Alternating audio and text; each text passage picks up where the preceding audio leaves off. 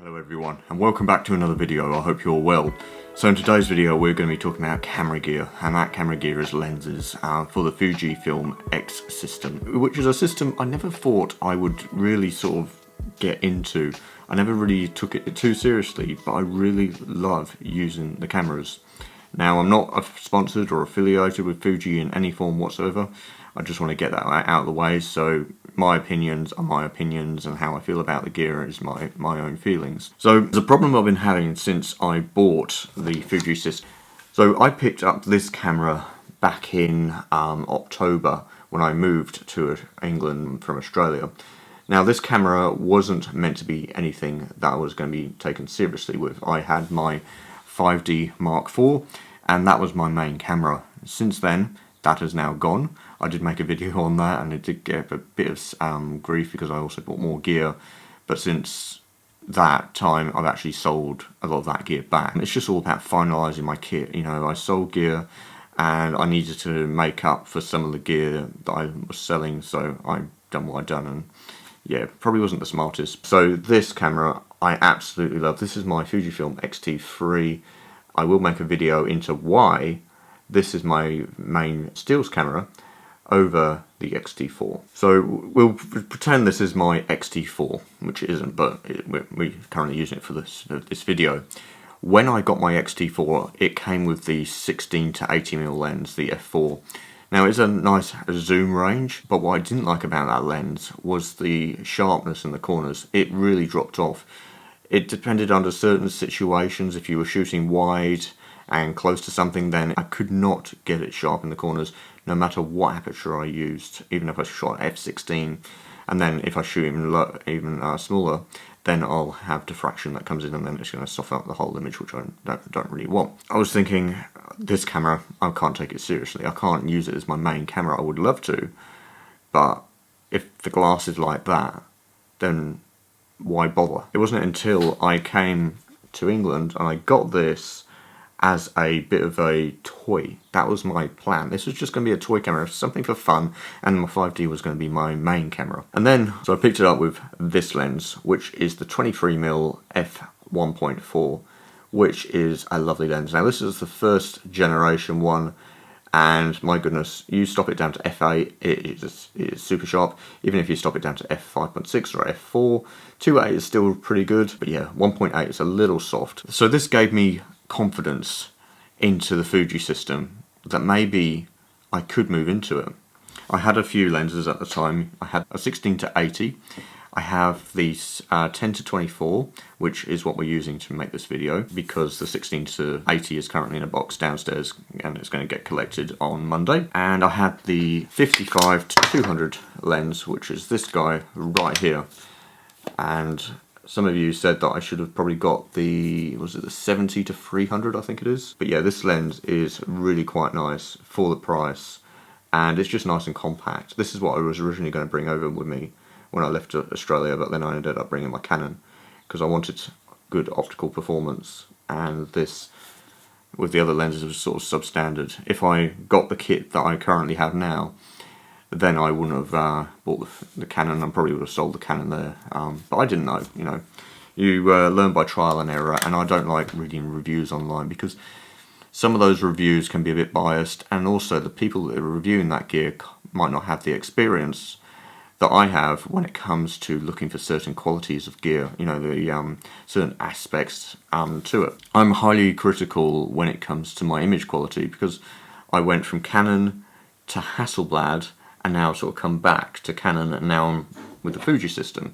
Now I'm at a point with my photography where I don't need anything else, really. I've got my medium format film cameras, but that's about it, really. I do have another camera, which I will be talking about, which is the Canon M50, my infrared.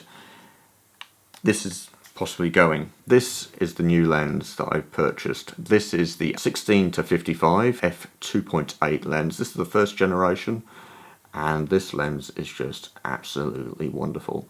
I wasn't too sure. It said online that it was just as sharp as a prime, and I was going, really? Is it going to be as sharp as a prime? Is it going to be optical quality from wide to telephoto through its entire zoom range? I bought this second hand. I'm just blown away by the image quality. I really am, just from the test shots I took in the garden. But yeah, it was just crazy to see, and there's no image stabilization on this lens. Neither is there any in-body stabilization on this, and I was thinking that might be a problem. But I've got pretty stable hands. I know how to hold a camera. You know, when you're shooting in a low light, or when you're shooting at a lower shutter speed, you have 3 points of contact. You grip the underside of the lens like that. You hold the body, you hold the camera like that. You tuck your shoulders in tight, and you put your eyepiece up to your head. So you've got 3 points of contact, and you're going to be pretty steady. And then when you go to take a shot, you breathe in, hold that breath, and just relax, and then take your shot. And be very conscious when it comes to pressing the shutter button. This lens is actually replacing basically 3 lenses that normally will come out, which has been recently coming out with me.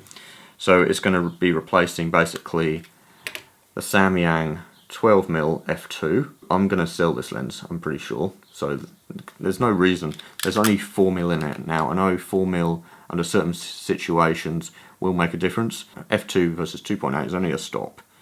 So that's either, you know, 3200 or 6400. And I don't do a lot of astro or anything like that, so, or low light work. And I bought this mainly for low light video work, but I'm not going to be really doing a lot of that. And if I do, I've got this guy, so it doesn't make sense for me to have this anymore. I'm also going to sell my lovely 23mm lens, which I absolutely adore. I love this lens. I will be ashamed to see it go, but I don't need it. You know, this lens covers this zoom range, so why have another lens which I don't need? This has got the same focal range as this lens. Only thing is, this is a little heavier than this lens. This weighs about 300 grams. This weighs about 700 grams, I think it is, or 680, something like that. I'll be cleaning this up and selling that at some stage, maybe this week coming. It also replaces this lens right here, which is my macro lens that I purchased. This is the 60mm f2. I think it's a 1:1 macro. A lovely lens. You can pick these up really cheap. There is, I think, a new one for this one, but I don't see why you would buy it personally. This is just lovely. Stop it at f4, f5.6, even 2.8. It's just lovely, and metal mount, of course, quality item, and super lightweight. And this is what I purchased actually to photograph my film negatives, because I want to get into doing my own developing and my own scanning. So I'm going to buy some software. One of my friends, Nolan, in South Africa, told me about this software. He's a medium format and large format film shooter. Does do a little bit of digital, but his main stuff is film. And he told me about that software. So I'm going to do my own film scans using a DSLR, or my mirrorless camera, probably my X-T3 or my X-T4, with this lens, and an overhead rig, and then a light panel below, and then I can shoot my film. I am really looking forward to getting out and using this lens on location. Now, I'm not sure the next time I'm going to be doing so. Maybe I might go somewhere locally and do some photography. There is a spot that I want to go back to, and I think soon that's going to look really good in the next week or so. I really want to do that. But you might be wondering, what are the characteristics of the lens? What is it like to hold? The lens itself, well, given that I come from medium format cameras, and those lenses are very heavy. This lens is heavy, but it's nothing that I would consider like ridiculously heavy. You know, it is a quality lens. It is really nicely weighted. You know, the zoom ring is just lovely and smooth. The focus ring, of course, is going to be smooth because that's a focus by wire. Mind you, in saying that, the 60mm macro lens is a focus by wire, and that's kind of stiff. So, yeah, it's not the best. But this lens is just lovely and smooth. The aperture rings are just really nice and precise, and you can actually hear, you'll be able to hear it hopefully.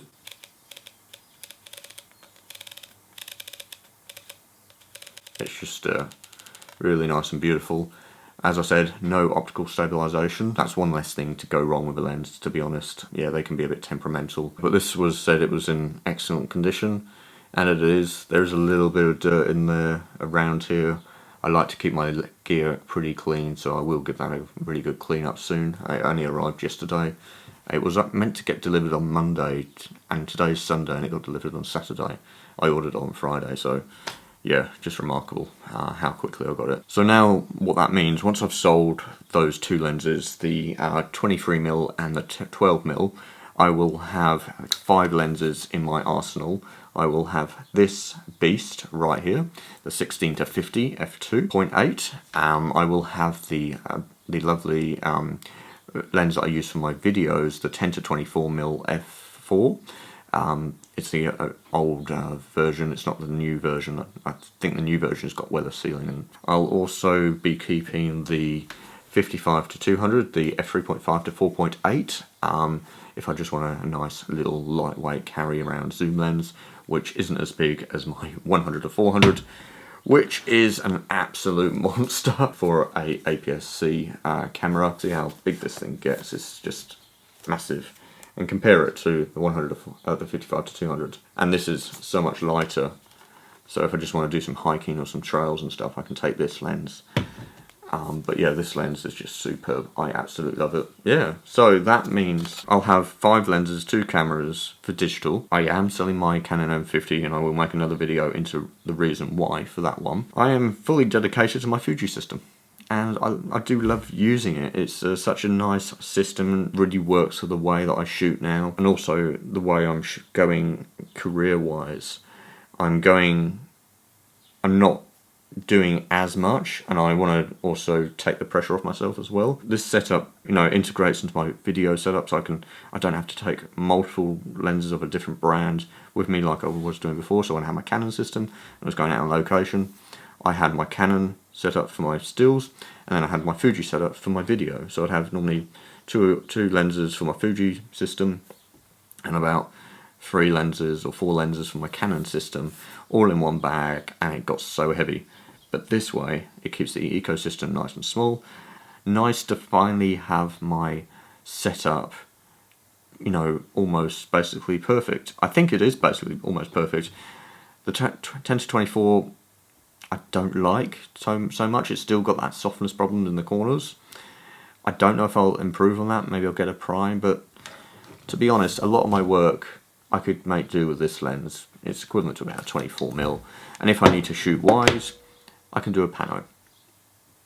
Unless I'm doing long exposures, then it's a bit more of a pain, or just compromise and just stick with the 16mm, or I could use the 10-24mm, depending on how it performs in certain scenes. Anyway, I'm going to stop talking and I will let you be. Anyway, I'm Simon, and bye for now, and take care.